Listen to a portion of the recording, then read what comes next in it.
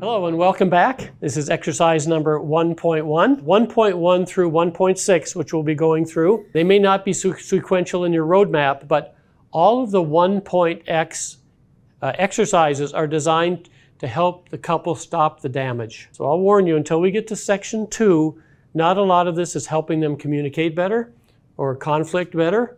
It's pretty much stopping the damage, because if you've been doing this at all, you know that when you come to a session with a couple in crisis, you're often spending the entire time together fixing up the garbage that happened in the last 7 days. If you can't stop the damage, we're not going to be making much progress. It's not very useful to make 2 steps forward in a session when they're taking 3 steps backwards between sessions. Okay? So, stopping the damage. Most couples in crisis or even in conflict, they generally devolve into competing statements of accusing each other of stuff. And when you accuse each other of things, you always start with the word you. You did this. No, you did this. Well, you did this. Well, you did this. They are accusations, and they are judge and jury, and you have very little choice but to come back with a you statement accusing right back. I know this is Communication 101, but this first homework is for the couples to be very intentional in using I statements. You can say exactly the same thing without an accusing, escalating manner. I statements tend not to escalate. You statements always escalate. You can use you as the third word. I think, I feel, I perceive, I believe. You can use about any word for the second word and then say the same thing. An example would be, you are mean. No, I'm not. You are hypersensitive. No, I'm not. Same exact example. I feel that you're being mean. Well, I don't feel I'm being mean. Well, I think you're being too hypersensitive. Well, you might be right. I statements tend not to escalate. My wife and I have had the opportunity over the last 46 years of marriage to fight after every party we've been to. And we normally take the opportunity. I like to work the crowd. I'm very outgoing. I like to meet people. I like to get people talking to each other.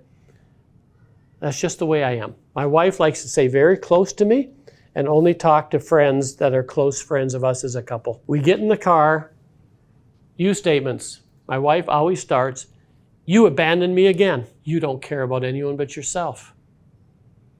You've never cared about me. You. You get the message? We're escalating through the roof of the car.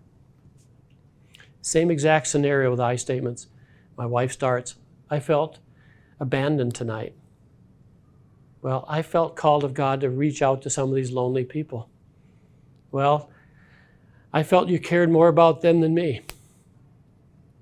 Well, I really didn't think you cared about anyone else but yourself. Now, these are exactly the same statements, but they're hard with an I statement to come back too strongly. In the exact scenario, in the same thing, my wife said, I feel utterly and completely unloved every party we go to. Now, because we haven't escalated, it catches me in the heart. Honey, I want to ask your forgiveness for that. I would never mean to make you feel that way. Would you please forgive me? To which she responds, of course I forgive you. But why can't I be an adult? What is wrong with me? Would you please forgive me for being so needy and childish? Now, the only reason we got to that apology was because of I statements. You statements, we escalate through the roof and we lose the weekend. I statements, we go home and we have a good evening. Just about always after a pair of apologies, which I just described to you, we normally begin arguing for the other person's perspective. Honey, next party I'm staying right next to you. No, next party I'm going to let you be you. Now, when you argue for each other, you don't argue for very long. Okay? That's the first intervention I want you to look at, is I statements. Sometimes it doesn't work. Sometimes you escalate anyway. The second part of it is simply helping you stop the damage. Okay? Arguments, usually someone escalates, someone withdraws, then you start reading the other person's mind, then you devalue them as a person, and then you damage the relationship.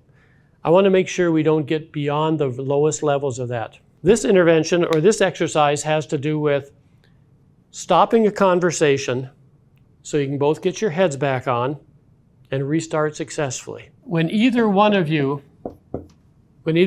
couple feels a conversation is beginning to go badly, I want the first person who feels this going badly to waste your turn saying the two words, stop, action. Just those two words. And waste your turn means you can't do rah, rah, rah, rah, rah, rah, rah, stop, action, that nailed you. Or wait for them to take a breath. Stop, action, gotcha. No, you have the wisdom of the ages to stop this thing, but just zip it and you say the two words, stop, action. The other person can only say, okay. And to do that without anger, the other person should assume the stop action is being called on themselves. When my wife and I do this, if she calls a stop action, I mentally say she's calling this on herself. She values our relationship more than where this is going. We do not want to damage our relationship. So I work real hard, super hard, to not be defensive. This is a timeout.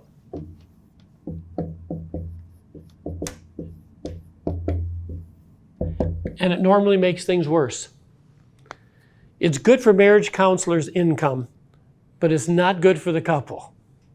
And the reason is, stop, okay. What next? One of the couples is motivated. One probably wants to get the heck out of Dodge, but the other one is motivated to talk. And if I use this with my wife and I'm the more motivated one, stop, okay. Honey, you ready to start? Give me some time. Ready? Give me some time. Are you ready now? Well, I was ready till you interrupted me, okay? The person motivated doesn't know when you're going to restart, and the person that needs time is bugged incessantly. This is a good start.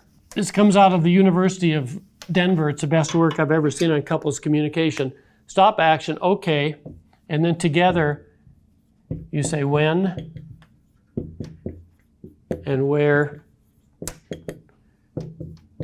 do we restart?